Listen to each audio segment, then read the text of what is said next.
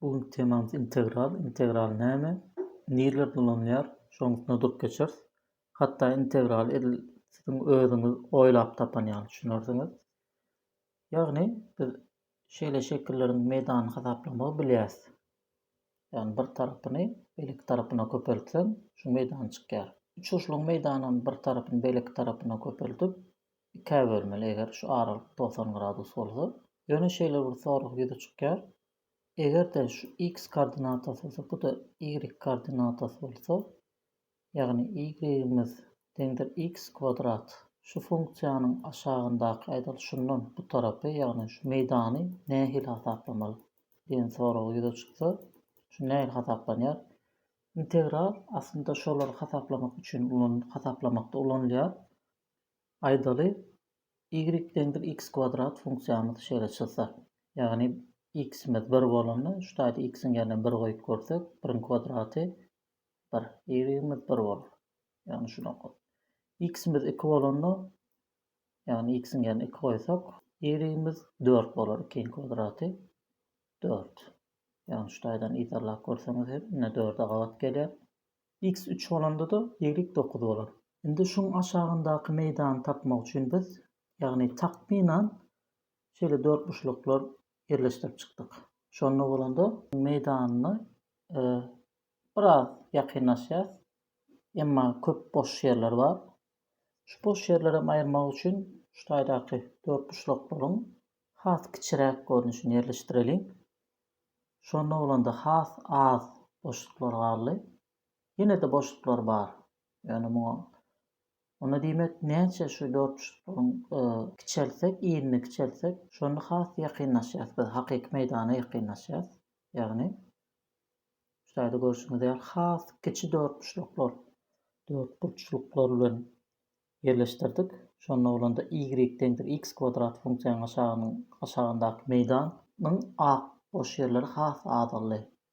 Onu biz şeýle bir zat aýdyp bileriz. Diýmek meýdan şu gören gökçülükli meýdanymyz ýene de hakyky meýdandan aýdal ese hakyky meýdan bolsa, şondan kiçi şu meýdanymyz, ýagny şoňa men içki 4 boşlukly meýdan diýip, şol kiçi ýa-da deň bolup biler. Belki ýagny şu 4 boşluk aralyklary has gaty kiçelsek, belki tükenlik seçeni aralyga bölsek, belki deň bolup biler. Ýa-da kiçi bolup biler diýip belledik S. Indi içinden çykman şu 4 boşluklary daşyndan çyksak nähili bolar? Ýagny indi daşyndan çyksak bärde şu taýlarda boş ýer galdy.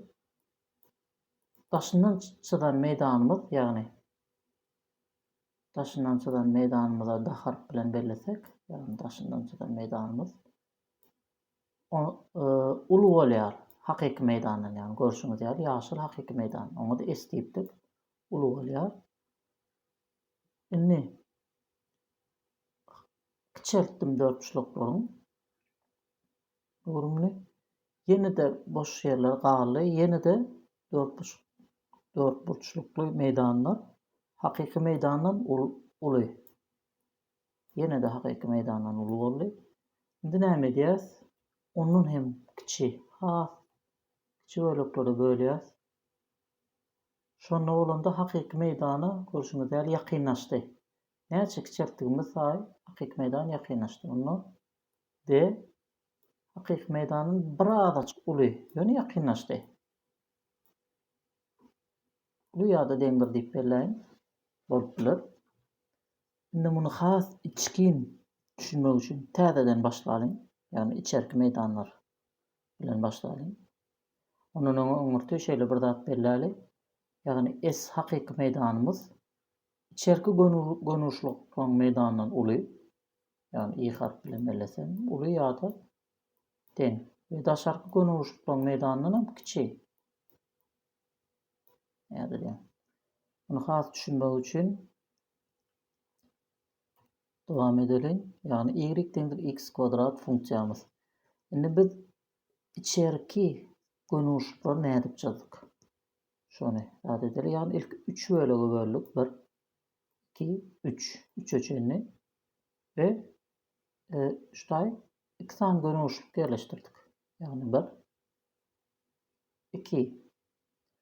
Şunda bolanda Yani aralık 0 bilen 3 arası bolan üçin 3 bölegi bölünen üçin, yani 3 bölegi bölündi, 1 bölük, 2 bölük, 3 bölük hersi birden etdi. Yani 0 bilen 1 arasy 1, 1 bilen 2 arasy 1. Şeýle gidýär. X koordinatasyndaky her uzunluk ýagny değişmeýän birlikden bar. Ýagny onuň hasaplanyşy şu 3'ten 0 aýyrdym we näçe bölege bölünen bolsa 3 bölege bölündi. 3'e bölüm deňdir 1 boldy. Ne meydany berdi? Şu 4 buçluğun meydany bir tarapy 1, bir tarapam ýene 1. 1 köpeltmek 1 bolar. Bu 4 buçluğun meydany 1 köpeltmek bir tarapam 4. 4. Mumy 5. Kısım goşýar. 2 4 buçluğun meydany 5 bolýar. Ýagny meydan şu 2 4 buçlukdan uly. Ýagny hakyky meydanyna şu taýlaryň bar. Hakyky meydana şu taýlar goşulmady. Şonuň üçin şu biziň hasaplanan 4 buçluğumyzyň meydany 5 çykdy. Ýöne hakyky meydan şu 5'ten uly. Şonda onu bilýäs. Bu da bize takyp jogap aýdanok. Şoň üçin aralyk 6 bölege böldük. Ýagny 0 bilen 3 arasyny 6 bölege böldük. 6 bölege bölünmesi üçin şu her aralyk her bölükdäki uzunluk näçe birlik bolýar? Şonu hasaplalyň. Hemmesi deň bolýar şu taýda her gyzylçylyk bilen görkezden aralyklary deň. Ýagny x koordinatasyndaky her uzunluk 2'den 1 birlikden bar. Ýagny onuň hasaplanyşy 3'ten 0 aýyrýas, 6 bölege bölünmesi üçin hem 6'a bölýäs. 3 6'a bölsegem ýagny 2'den 1 bolar. Ve indi şu aralyklaryň arasyna 4 buçluklary ýerleşdirýäs. 2, 3, 4, 5 tane. Indi bulan meydany näme hasaplanýar? Şu uzunlyga 1 aýyrmak 2'den 1, 2'den 1 bolar. 2'den 3 aýyrmak 1. Bu da 2'den 1. 2 aýyrmak 3'den 2. 2'den 1. Garaz her aralyk 2'den 1. Indi ýagny şu aralyk 2'den 1. Şu 1 nirden geldi? 2'den 1'e 2'den 1 goşsak 1 bolar. 2'den 1'e 1 san, 2 san, 3 san bolsa 3'ü 2'den 1'e köpeltsek 2'den 3 bolar şu aralyk. Bunu soň özüňiz görüp bilersiňiz videonu durup pas düşünmek üçin. O düşünmek üçin ne dowam edýäs? Biziň häzirki etjek işimiz şu gönüşlük. Şunun we şunun hemmesini meydanlaryny goşmak. Iýni we uzunlygyny köpeltip goşmak. Şonu bolany hasaplap görseňiz 8'den 55'ke meydan. Ýöne 8'den 55 hem bize hakyky meydan berenok. Näme üçin berenok? Gene de şu boş ýerler garly. Onda men has ýene de köpeltmeli bolýan. 4,5 sanyny. Ýagny meydan berde 55 8'den uly es hakyky meydan diýdik. 8'den 55'ten uly. Ýene dowam edýän.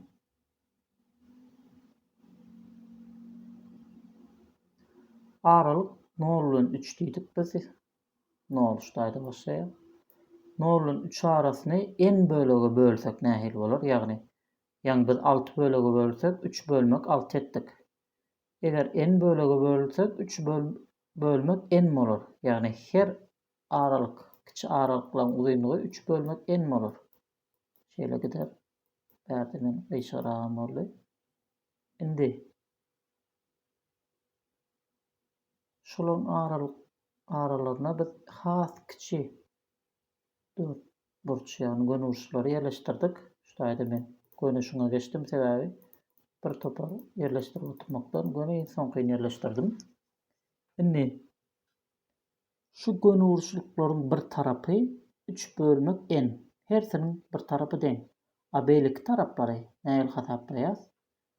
Ýagny şunu kodumuz mesela maýdal 3 bölmek n bolsa x ýerine goýup görýäs. Şu aralyk 3 bölmek n kwadraty bolar. Ýa-da şu taýyny görkezeyim. Maýdaly şunu kod. Şu taýy mesela maýdal bärsi 3. 3'ten 3 bölmek n aýrýas şu bolýar. Iň soňky nokotdan bir öňkü nokot. Ýagny 3 ayırmak 3 bölmek n ayırıp görseňiz, yani n 3'e köpeltirsiniz, 3n ayırmak 3 bolar. Bäde 3'leri muma alırsyňyz. Yani 3n ayırmak 3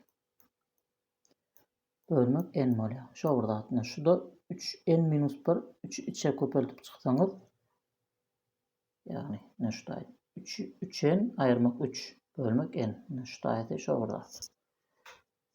Iň soňky 3'den bir öňküne okad. Indi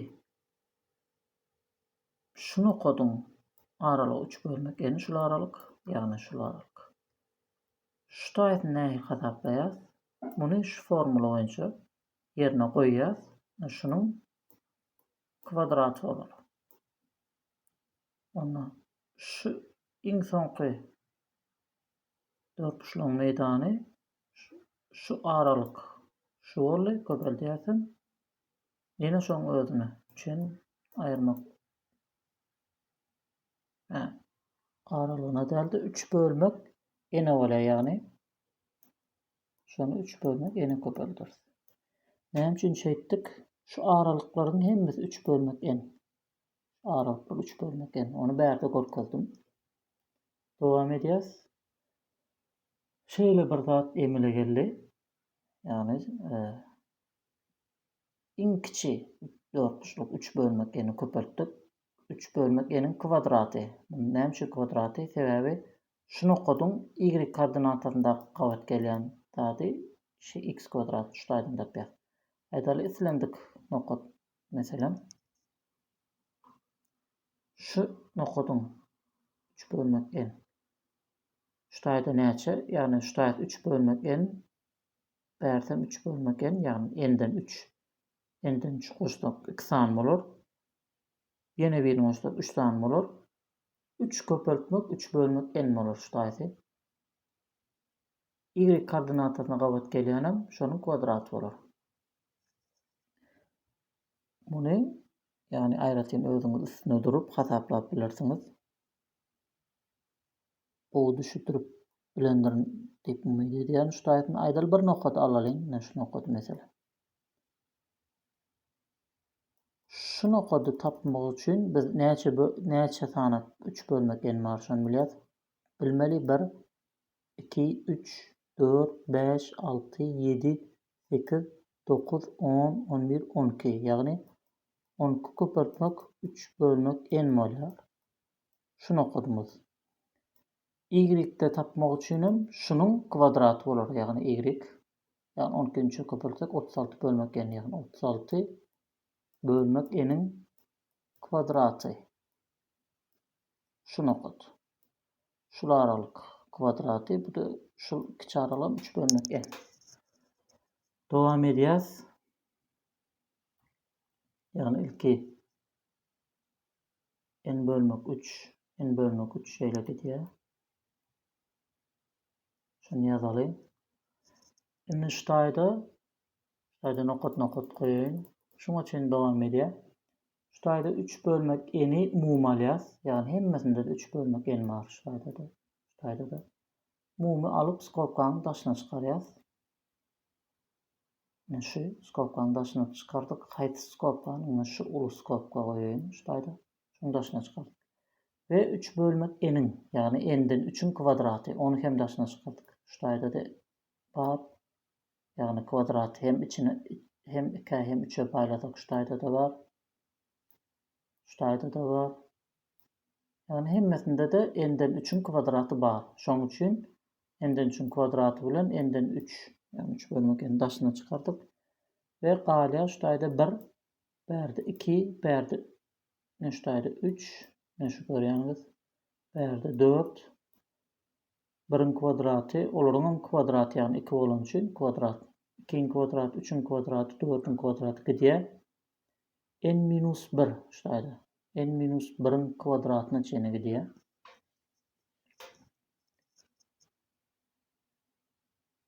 Indi hemen daşyna n minus 1'in kwadratyna çene dowam edýär. Indi şu formulanyň özüniň formulasy bar. Onuň üstüne diki sapaklarda suwudyny düşündirip geçerim. Yani şu formulanın zady en häzir men şuýda görkezýän size. Yani ýanky formula 1 kvadrat goşmak 2 kvadrat 3 kvadrat n kvadrataçyn dowam etse, yani iň soňky terminini alýas n we şoňa bir san goşýas we şuny 2 köpeldip 1 goşup köpelýäs, soňra malta belýäs. Mysal üçin aýdaly, şu nimiz 100 bolsun. Nädip hasaplaýas? 100 köpeltmek 100'e 1 goşýas 101 ve 100 2 köpelýäs 200 1 goşýas 201. Alta belýäs. Deňdir 100'ün kvadraty diýen. Birden 100'e çen sanyň kwadratynyň jemi bolýar. Muň üstüne soň durup geçeriz. Häzirlikçe şuýdan dowam edelim. Bärde iň soňky terminimiz n-1 özüni ýazýas.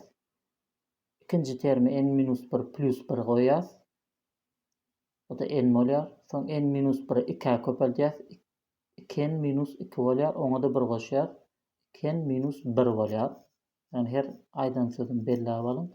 Ýanky düşündiren zadyma belki iýe sarak durup videonu görüp bilersiňiz. Bölmegem 6 bolýar. Indi bärde näme etdik? Şuýda şu n bilen n kub gysgaldy. N kvadrat boldy. 20'den 3'e böldük. 9 6'ňy 3'e böldük. 2 boldy. Garaz bärde gysgaldyly köp zatlar. Yani 2n kvadrat 9 n-1 2n-1 boldy.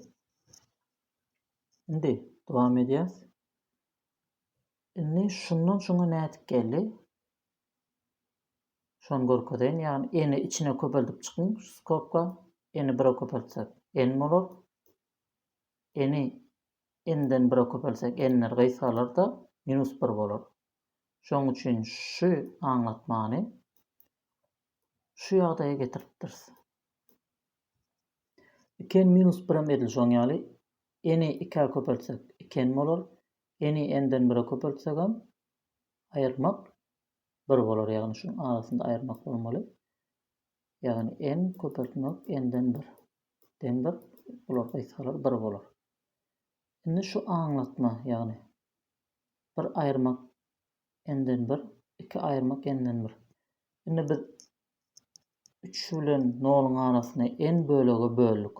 Her aralygam 3 bölmek n bolýan eken şonu. Indi şunu n bölege bölmän biz n-i tükeniksi getirsek näme bolar? Has uly san etsek n-i şonda bolany 1 bölmek n-imiz 0'a ýakynlaşýar. Ýagny n-iň ýerine million goýun, 1 bölmek million 0,0001 bolýar. Näçe 0'dan soň 1 6 0'dan soň. Ýagny 1'den 0,06 0'dan soň 1 aýyrsaň paçty şu 1'iň özü bolýar ýene-de. Bärde de şoňňal 2'den bir has kiçik san aýyrsaň 2'niň özü bolýar. Onda diýmek şuýda n-imiz tükeniksize ýakynlaşanda şunymyz 0'a ýakynlaşýar. Men üstünçe diýen, şunuň hem üstünçe diýen. Onda bärde 1 bilen 2 galýar we n bilen n galýar. Dowam edýäs. 9 paýlanan 2n kvadrat. 2n kvadrat köpeltmek n-i n-e köpelsek n kvadrat bolar. Bärde de 1 bilen 2 galýar diýdik. Sebäbi n-den 1 n tükeniksiz ýakynlaşsa 0'a ýakynlaşýar n-den 1. 1 köpeltmek 2 hem 2 bolar. Onda n kvadratlar gysgalar, 2'ler hem gysgalar. Meýdan 9 bolar. Ýagny hakyky meýdan 9'a deň boldy. Haçanda 9'a deň boldy? N-i tükeniksize çenli köpeldenmizde, ýagny tükeniksiz bölege bölenmizde şu boşluklar gitip gitdi. Ýagny has köp bölege bölsek şu boşluklar gitýär we hakyky meýdan emele gelýär. Integralyň manyny hem şol. Eger siz şonu integralda tapsaňyz, ýagny x kvadrat funksiýasynyň integraly şeýle hasaplanýardy. Aýdaly 0'dan 3 aralyk. 0'dan 3. Bu diýdi men şu taýsy 0 bärsi 3. Şeýle hasaplanýar. Integralyň formulasy boýunça 2'ň üstüne 1 goşýas x kub bölmegem aşagyna da şu 1 Dereceye 1 koşup yazýas. 3. Şimdi şuýda x'in ýerine 3 goýsak, 3 bilen 0 aralyk bolan üçin ilki 3'ü goýýas, soň 0 goýýas, bir-birinden aýyrýas. Ýani deňdir. X'in ýerine ilki 3 goýýas, 3 kub paýlanan 3 aýyrmak 0 kub paýlanan 3 deňdir. 3'ün kuby 27, 3'e bölsek 9, 0 kuby 0, 3'e bölseňem 0. 9'dan 0 aýyrsaňam 9. Şuýda da 9. Bizim uzyn hasaplanmalarymyň netijesinde de 9.